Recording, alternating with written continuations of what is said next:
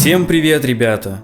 В предыдущем выпуске мы рассказывали про котика с раной на шее, и сегодня мы расскажем вам, что случилось потом и что врачи обнаружили внутри котика во время очередной операции.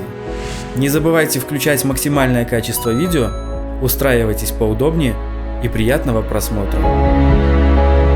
После всего произошедшего за последние 6 месяцев, казалось бы, нас уже ничем не удивишь. Мы посещали множество ветеринаров и зачастую слышали все новые и не очень утешительные диагнозы. Но то, что стало происходить потом, шокировало нас наповал. Все было стабильно примерно до июля этого года. Дела шли своим чередом. Это были самые обычные дни, без новостей и изменений. Весь этот период наш главный герой был активным, веселым и жизнерадостным. Удивлял, конечно, но разве что только в хорошем смысле. Аппетит был хороший. Котик кушал много и с удовольствием. Иногда даже больше, чем положено. И вот однажды мы заметили, что наш котик немного прихрамывает.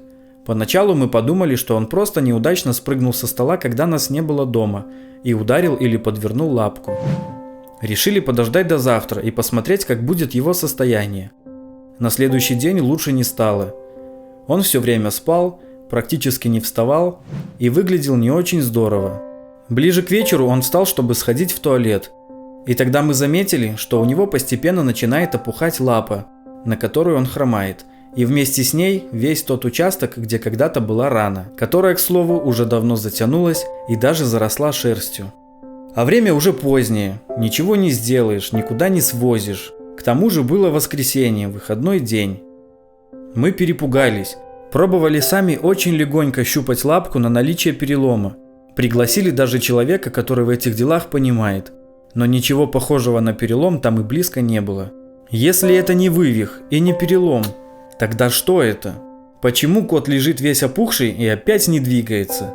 В голове была такая каша из догадок и предположений, вы даже не представляете. И тогда мы четко построили план на завтра. Утром железно едем к ветеринару и показываем кота. Так и поступили. За ночь наш парень опух еще больше. Мы его вообще не снимали в тот момент на видео, потому что нам очень сильно было не до этого. Дело-то ведь, похоже, серьезное. Но чтобы вы приблизительно понимали, котик стал похож на пеликана. У него надулся даже подбородок, сильно надулась вся грудь, стала твердой, а лапа стала размером как 3 лапы. Представляете, как мы испугались, глядя на все это? Вызвали такси, чтобы поскорее приехать и не трясти его в общественном транспорте. Приехали к ветеринару и стали ждать своей очереди. Что случилось на приеме, мне даже рассказывать страшно. Если вы сейчас кушаете, то лучше пока не кушайте. Когда мы стали доставать его из переноски, у него уже опять было слегка расчесано то место, где всегда была рана. А когда доктор стал ощупать и осматривать это место, рану конкретно прорвало, и оттуда, как из крана, пошел зеленый гной вместе с кровью. И как только эта гадость из него вышла, у него сразу же сдулись лапа и грудь. Кот стал таким же, как и прежде, и даже совершенно перестал хромать. Доктор в этот раз была другая, и поскольку она ничего о нас не знала, мы стали рассказывать ей все с самого начала. Как мы его нашли, что с ним было, куда его возили, чем лечили, и все в мельчайших подробностях. Она нас внимательно слушала и одновременно очищала рану и рабочее место от остатков происшествия. Затем задала несколько вопросов и занялась тщательной обработкой того места, откуда у котика вышла жидкость. Сделала несколько уколов и сказала, что оно очень вовремя прорвало. Но ей не давало покоя, почему это происходит снова и снова. По ее словам, есть надежда, что в этот раз все заживет хорошо и больше не повторится. Ведь в тот первый день, когда мы забирали его с улицы, ранка уже была, и неизвестно, сколько он с ней проходил. Только в тот раз кот не получил своевременного необходимого лечения. Рану сразу не обработали и уколы сразу не сделали, поэтому инфекция могла сохраниться. А сейчас мы сразу же сделали все необходимые процедуры, и теперь все должно зажить раз и навсегда. Но, увы, все оказалось не так просто. Истинную причину она обнаружила немного позже.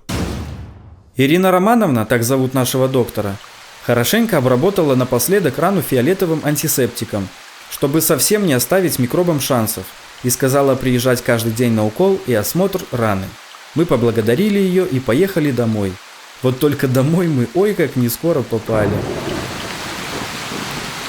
Поскольку переноска, подстилка и сам котик были частично в гное, мы сразу же стали его аккуратно мыть.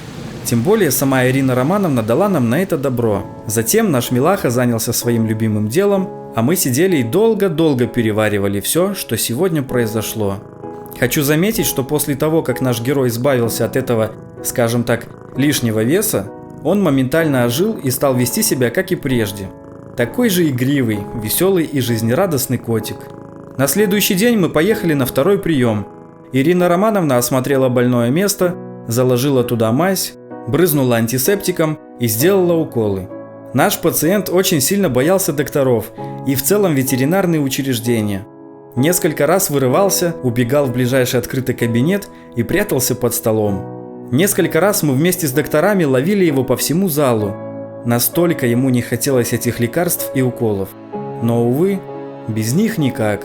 А еще я очень хочу сказать, что за все время лечения, сколько ему не делали больно уколами, ощупываниями, осмотрами и другими обследованиями, он ни разу никого не укусил. И даже когда ему было очень больно, он каждый раз пытался куда-то забиться, где-то спрятаться и никогда никому не причинил боль в ответ. Котик, ты меня любишь? Да? У нашего пациента был самый настоящий стресс. Он запомнил примерное время, когда его везут к врачу. И как только я начинал одеваться, он сразу же прятался под диван и напуганный там сидел. А если увидит переноску, то его вообще оттуда было не достать. С одной стороны, это вызывало невинную улыбку, а с другой, его было нереально жалко. Дни пролетали незаметно. Каждое утро на протяжении 10 дней мы ездили на очередной прием, осмотр и обязательный укольчик.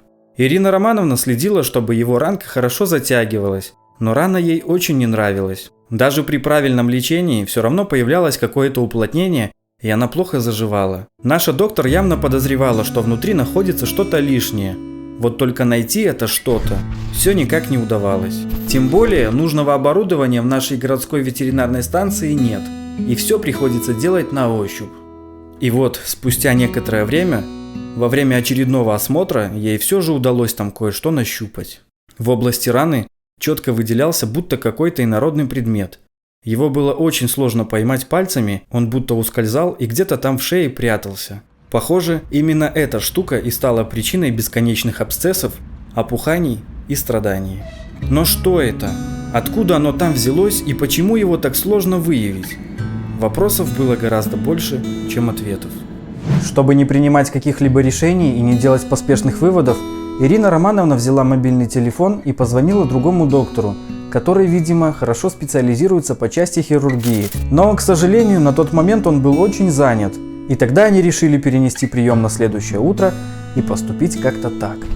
Сегодня мы забираем кота и уезжаем домой, а завтра раненько утром возвращаемся снова, предварительно не кормим и не даем воду. Вам это ничего не напоминает?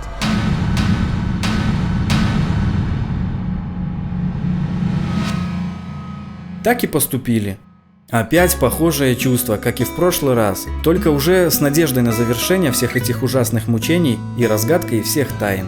На следующее утро мы приехали даже еще раньше. Нужно было немного подождать, и чтобы не держать бедолагу запертым в клетке, мы решили пустить его немного погулять. Я достал шнурок из кеда, сделал что-то типа поводка, и мы с удовольствием гуляли по травке и настраивали себя только на самые хорошие новости. Несмотря на то, что подобрали мы его именно с улицы, за эти 6 месяцев он полностью отвык от нее. Наш юный путешественник вел себя осторожно и был немного напуган. Но тем не менее, интерес познать новые края и понюхать незнакомые предметы был гораздо сильнее страха. Специально для тех, кто писал, что никогда не возьмет с улицы грязное блохастое животное, показываю. Таким он был, когда мы его забирали. А таким он стал, пожив в домашних условиях. Так что все в ваших руках. Позже на приеме наша спасительница Ирина Романовна вместе с опытным доктором снова стали ощупывать шею котика, и когда нашли там тот самый неизвестный предмет, доктор полностью подтвердил ее слова о том, что это не что иное, как инородный предмет. Сразу же без раздумий попросил приготовить котику наркоз, а им операционную и все необходимые хирургические принадлежности. Сделали наркоз, через некоторое время он уснул, и его унесли. Фух, вот знаете, я хоть и переживал, конечно же, но все равно был очень рад, ведь сейчас В эту самую минуту, возможно, решается проблема, которая мучила его и нас на протяжении всего этого времени. Возможно, именно в эту секунду происходит долгожданное изменение в лучшую сторону. Эти минут 20, наверное, длились будто несколько часов. Затем дверь открылась, из операционной вышел сначала доктор и, ничего не сказав, сразу ушел по своим делам. Потом вышла Ирина Романовна и показала нам то, что они там обнаружили. Там еще были такие штучки. Вросшее в мясо, закапсулированное там. Вообще просто вот... И что это значит? Не это знаю, значит... врослось. Это значит, что это давно было. То есть процесс такой, который уже... Бывает же вот как пульки или еще что-то, да? Оно может находиться там под кожей, не воспаляться, а может периодически вызывать вот воспалительный процесс. Когда малыша вернули в родную кроватку, он уже постепенно отходил от наркоза и даже реагировал на движения. Мы внимательно выслушали все рекомендации доктора и поехали домой. В отличие от прошлой операции, котик в этот раз отходил от наркоза намного лучше и совершенно не прятался от нас. Наоборот, не хотел быть один, весь день стремился залезть ко мне на руки и даже несколько часов проспал на моей ладошке. А вечером этого же дня он уже вовсю бегал по комнате и просил кушать. Будто с ним сегодня ничего такого не было. С тех пор все заживало просто прекрасно. Наш пациент чувствовал себя бодро, жалоб не было, а рвота прям совсем, конечно, не прекратилась, но, честно говоря, я уже и не помню, когда она была последний раз. Мы совсем перестали перетирать ему еду, и более того, теперь в его тарелочке всегда лежит сухой корм, который он с удовольствием грызет на досуге между едой. Вот вам и результат. Через несколько дней ему сняли швы и сказали, что все заживает просто прекрасно. Хочу сказать спасибо всем докторам, кто принимал участие в его лечении, но особую благодарность я бы хотел выразить нашему любимому доктору Ирине Романовне. На протяжении всего лечения она сама была заинтересована найти ту самую проблему, искала ее и в итоге нашла. Благодаря этому человеку мы теперь вооружены знаниями, а это уже первый шаг к победе над болезнью. Будем идти дальше и, возможно, в ближайшее время замутим поездку в какую-нибудь хорошую клинику в Минске, чтобы сделать полное обследование. Потому что, как вы уже поняли, в нашем родном городе с оборудованием большие проблемы. Ну что ж, ребятки, ждите новых видео на этом канале. Не забудьте нажать кнопочку подписаться, если еще не подписаны. Обязательно оцените видео лайком или дизлайком. Комментируйте и делитесь им с друзьями. Спасибо всем за поддержку и помощь. До скорых и хороших новостей.